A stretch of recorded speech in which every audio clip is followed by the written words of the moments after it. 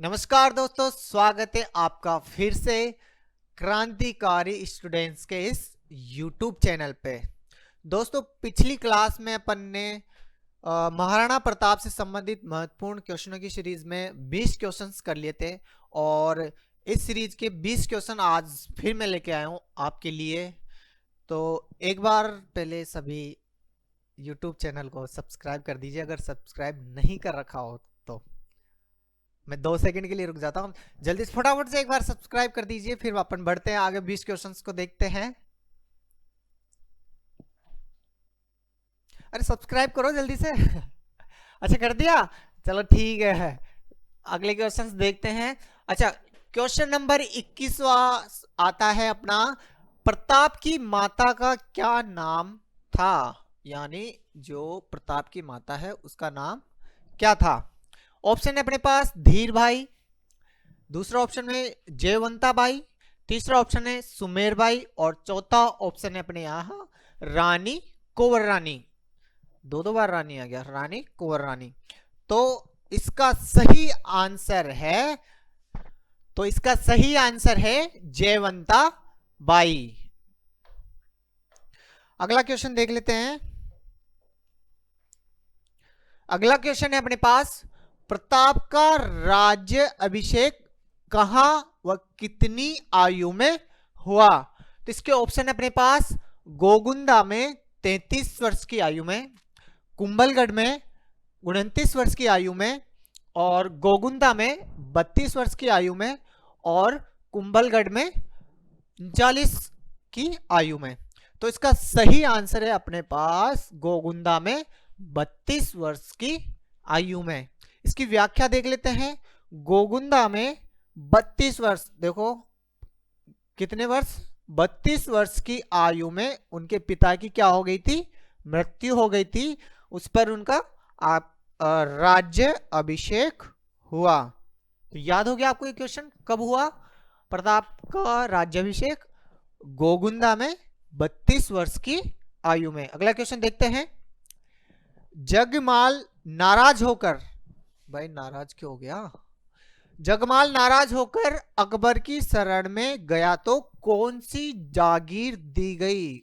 जागीर तो बोले तो जगह या कुछ भी बोल सकते, जागीर जगह, ठीक है। इसका ऑप्शन है अपने पास जहाजपुर व कुंभलगढ़, जहाजपुर व आंधी, आंधी व कुंभलगढ़ और उपर्युक्त सभी।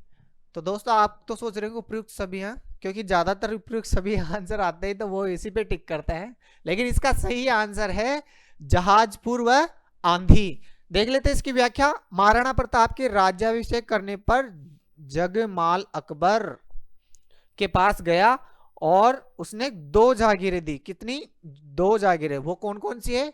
जहाजपुर व आंधी, ठीक है। अगला क्वेश्चन देखते हैं। जगमाल की मृत्यु कब व कहां हुई? कब व कहां? तो अपने पास ऑप्शन है 1584 में दत्तानी और 1585 में दत्तानी के युद्ध में, और अगला ऑप्शन है आपके पास 1583 में दत्तनी के युद्ध में और 1586 में दत्तनी के युद्ध में। तो इसका सही आंसर है आपके पास 1583 में। कब हुई किसकी मृत्यु? जगमाल की मृत्यु। और कहां पर हुई? दत्तनी। दत्तनी अजीब सा नाम है ना, दत्तनी के युद्ध में। इसकी व्याख्या देखते हैं। सिरोही, अब ये देखो दत्तनी कहाँ है? सिरोही में है और सिरोही के दत्तनी नामक स्थान पर युद्ध में उनकी मृत्यु हुई। कब हुई? 1583 में, ठीक है दोस्तों। आगे चलते हैं। प्रताप ने सिंहासन पर कितने वर्षों तक शासन किया? कितने वर्षों तक? तो 26 वर्षों तक, 27 वर्षों तक, 28 वर्षों तक और 25 वर्षों तक। तो इसका सही आंसर है 25 वर्षों तक। कितने वर्षों तक? 25 वर्षों तक प्रताप ने क्या किया? शासन किया। देखो व्याख्या देख लेते हैं। प्रताप ने फरवरी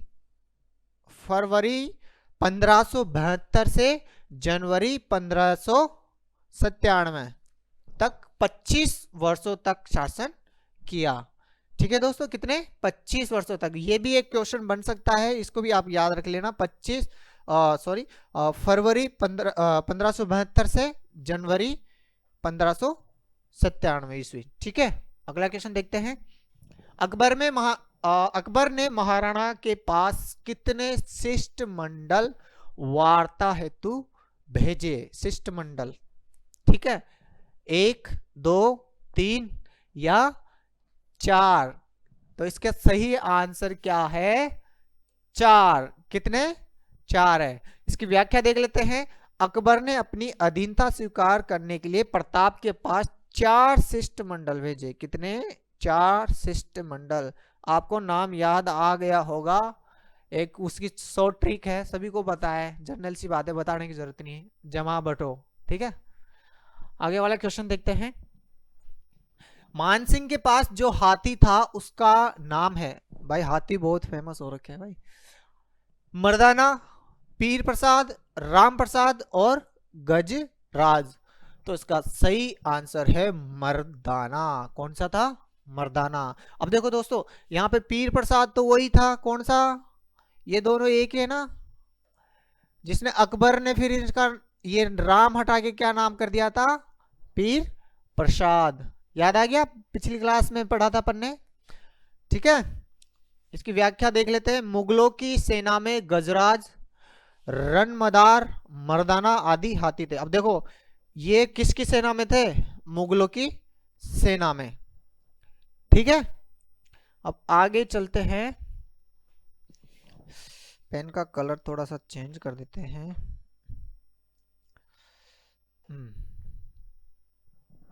ठीक है, प्रताप को जब मुगल सेना से घिर जाने पर मेवाड़ का मुकुट पहना, मतलब प्रताप जब मुगल सेना से घिर गया था, तो मेवाड़ का मुकुट पहना, किसने पहना? इसका सही आंसर है आपके पास झाला बीदा। आपको पता हो तो ये क्वेश्चन पहले भी आ रखा है, रिपीट हो गया है। ठीक है, लेकिन लैंग्वेज थोड़ी चेंज है इसकी, है ना। जब मेवाड़ पर संकट पड़ा था तो झाला विदा ने, किसने? झाला विदा ने राणा प्रताप को जाने को कहा और मुकुट धारण कर लिया उससे। मतलब जो दूसरी सेना थी उन्होंने उसको प्रताप समझा और उसको मार दिया। ठीक है, अगला क्वेश्चन देखते हैं। नीला घोड़ारा असवार शब्द नीला घोड़ारा असवार शब्द किससे सुने? ठीक है, ऑप्शन है अपने पास। राणा प्रताप ने शक्ति सिंह से, और राणा शक्ति सिंह ने राणा प्रताप से, राणा जगमाल ने शक्ति सिंह से, और राणा उदय सिंह ने शक्ति सिंह से। तो इसका सही आंसर है अपने पास राणा प्रताप ने किससे सुना था? शक्ति सिंह से। ठीक है दोस्तों, अगला क्वेश्चन देखते हैं। इसकी व्याख्या भी है क्या? जब चेतक घायल नहीं है, घायल है। ठीक है, जब चेतक घायल हो गया तब प्रसाद के साथ शक्ति सिंह ने भी पीछा किया, जिससे दोनों भाइयों में मित्रता हो गई। अच्छा, दोनों भाइयों में मित्रता हो गई थी। ठीक है, अगला क्वेश्चन देखते हैं। बदायूनी ने किससे पूछा था कि हम हमारी राजपूत सेना व प्रताप की राजपूत सेना को कैसे पहचानेंगे? इसके अपने पास ऑप्शन है अबुल फजल से, आसफ खान से, मानसिंह से और रहीम खाना से। तो इसका सही आंसर अपने पास असफ खां से। इसकी व्याख्या देख लेते हैं। देखो, जब धूप इतनी थी कि दोनों तरफ की राजपूत सेना को पहचानना मुश्किल हो गया, तब आसफ खान ने, किसने? आसफ खान ने कहा, जो भी राजपूत मरने दो, फायदा मुगल का ही होगा, क्योंकि दोनों तरफ दोनों सेनाओं में क्या थे? राजपूत थे। ठीक है भाई, राजपूत किधर के मरे चाहे उधर के मरे, तो उनको तो क्या है? फायदा है उनके लिए, तो है ना। अगला क्वेश्चन है अपने पास। दिवेर के युद्ध में मुगलों की ओर से मारा गया था, दिवेर के युद्ध में मुगलों की ओर से कौन मारा गया था? हरबाज खां, शेरिमा सुल्तान खां, मोहम्मद सुल्तान, अकरम सुल्तान खां। तो इसका सही आंसर है अपने पास शेरिमा सुल्तान खां। इसकी व्याख्या देख लेते हैं। इसको अमर सिंह के द्वारा पुतले की तरह गाड़ दिया गया, जिससे मुगल सेना कांपती हुई भागती गई। तो भाई पुतले की तरह गाड़ देंगे तो सामने वाला तो कांपेगा ही, है ना। अच्छा, अगला क्वेश्चन देखते हैं अपना। महाराणा प्रताप को कहा जाता था, क्या कहा जाता था? मेवाड़ केसरी, सूरज केसरी, राय केसरी या राज केसरी? तो इसका सही आंसर है अपने पास जो महाराणा प्रताप जी को क्या कहा जाता था? मेवाड़ केसरी। ठीक है, आगे देखते हैं। महाराणा प्रताप को कहा जाता था, ये वापस से आ गया। अच्छा, आंसर इसके ऑप्शन अलग है, देख लो, है ना। महाराणा प्रताप को क्या कहा जाता था? मेवात केसरी। अब देखो यहाँ पे मेवाड़ नहीं है, पिछले वाले क्वेश्चन में नजर मारे पर यहाँ क्या है? मेवाड़ केसरी। अब देखो कंफ्यूजन हो सकता है, मेवाड़ है या मेवात है ना, ध्यान रखना। तो मेवात केसरी, हिंदुआ सूरज, राय केसरी और राज केसरी। तो इसका सही आंसर है अपने पास हिंदुआ सूरज। ठीक है, अगला क्वेश्चन देखते हैं। अच्छा, इसकी व्याख्या भी है। मेवाड़ केसरी, ठीक है, मेवाड़ केसरी और हिंदुआ सूरज दो नामों से संबोधित करते थे। ये वाला तो अपने पास पहले आ गया, मेवाड़ केसरी, और ये हिंदुआ सूरज, ठीक है, दोनों नाम से पहचानते थे। प्रताप का दरबारी कवि कौन था? दरबारी कवि रुद्रपाणी, चक्रपाणी, चंद्र क्या है, चंद्रचेकगर और हरि विजय। तो इसका सही आंसर है चक्रपाणी। और मैंने बताया था चक्रपाणी कौन है? शिवजी। कर्नल टोड के अनुसार मानसिंह व प्रताप की वार्तालाप कहाँ हुई थी? किसके अनुसार? कर्नल टोड के अनुसार। तो इसके ऑप्शन है अपने पास चित्तौड़गढ़ के किले में, कुंभलगढ़ में, उदय सागर झील के किनारे और सज्जनगढ़ अभ्यारण्य में। तो कहाँ हुई थी वो दोनों की मुलाकात, वार्तालाप? कहाँ हुई भाई? मस्त से मौसम में झील के आसपास हुई थी। तो इसका सही आंसर है उदय सागर झील के किनारे। अगला क्वेश्चन देखते हैं। बदायूं ने हल्दी घाटी के युद्ध को किसकी संज्ञा दी?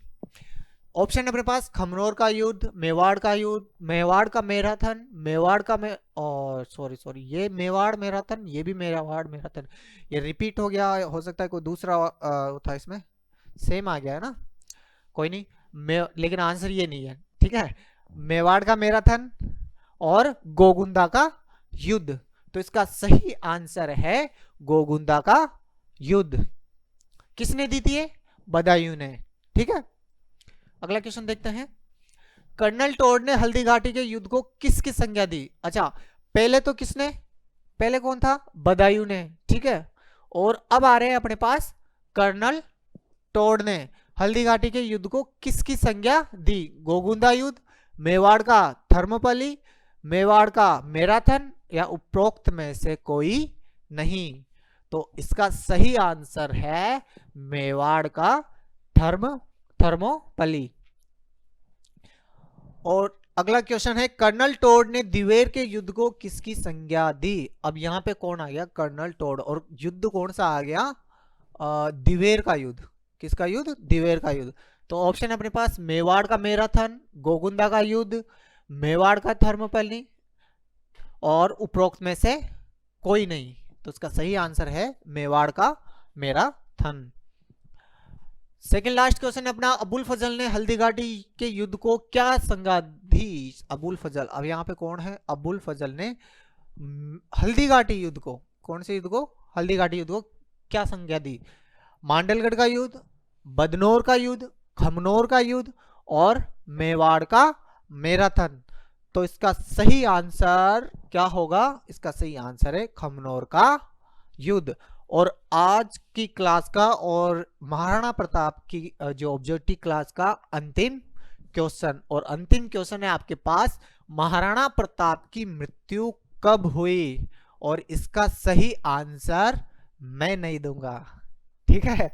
इसका आंसर आप सभी कमेंट बॉक्स में डालेंगे, जिससे मुझे पता लग जाएगा कि कौन कौन ये क्लास अच्छी तरह से देख रहा था और कंटिन्यू लास्ट तक देखा है। तो मैं इंतजार करूंगा, देखते हैं, मैं पहचान जाऊंगा कि कौन ईमानदारी से पढ़ रहा था और कौन मतलब पूरा टेंशन से देख रहा था क्लास। तो इसका आंसर जहां तक है आप सभी को पता होगा, तो इसका आंसर आप सभी कमेंट बॉक्स में डालना, ठीक है। और बस महाराणा प्रताप से संबंधित क्वेश्चन इतने ही थे, और नेक्स्ट देखते हैं अपन किसी के और महत्वपूर्ण क्वेश्चंस और लेके आएंगे। और जो ये प्लेटफॉर्म है क्रांतिकारी स्टूडेंट्स, इसके बारे में थोड़ी सी बात कर लेते हैं। जो ये क्रांतिकारी स्टूडेंट्स का प्लेटफॉर्म है वो सभी के लिए ओपन है, मतलब कोई भी आ सकता है, जिसको कोई जो टॉपिक जिसका बहुत ज़बरदस्त क्लियर है वो आकर यहाँ पे आराम से ले सकता है क्लास। और ज़्यादा से ज़्यादा इस वीडियो को शेयर करना, और लाइक और सब्सक्राइब तो आपने कर ही लिया होगा ना। तो मिलते हैं फिर नेक्स्ट किसी अच्छे लेक्चर के साथ, जब तक के लिए धन्यवाद।